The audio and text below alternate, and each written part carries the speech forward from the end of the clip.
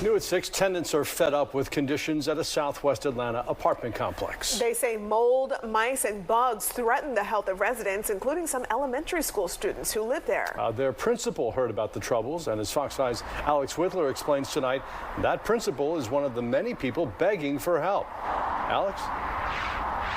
Yeah, good evening to you, Russ and Courtney. One of the men who lives here at the reserve at Birch Creek Apartments says he lives or sleeps with a mask on because his doctors have said he's been exposed to mold. Another family says they have no air conditioning, no heat, and no hot water, so they're uncomfortable year-round.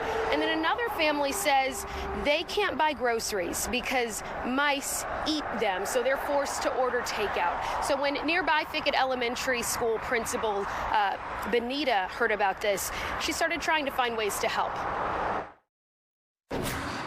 These are blurred images of dead rodents stuck on sticky traps. People who live at the reserve at Birch Creek Apartments in Southwest Atlanta say management supplied those traps, but that didn't solve the problem. They told me to put peanut butter on top of them in order to make the rats come to it, and called it a day. They never sprayed for pests, but yet we get charged $75 a month for pests. Tenants sent these photos of mold on ceilings and in bathrooms. I sleep with a face mask on. And so when it gets really bad, it's only happening when, I guess when the AC is not running. And so when I cut it off, it gets very humid, and I guess that's what spreads the mold.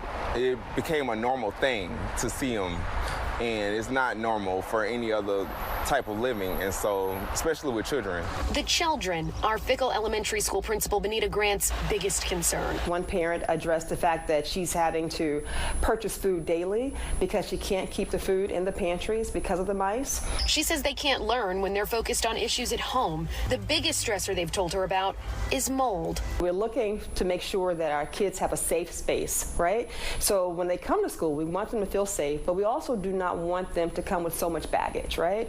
And for a lot of them, their living conditions do become baggages, especially when they're having to move. Principal Grant has connected these families with care teams that partner with Atlanta Public Schools, such as the Atlanta Food Bank, Gooder, and other community organizations to fill hunger and transportation gaps for the kids who need it.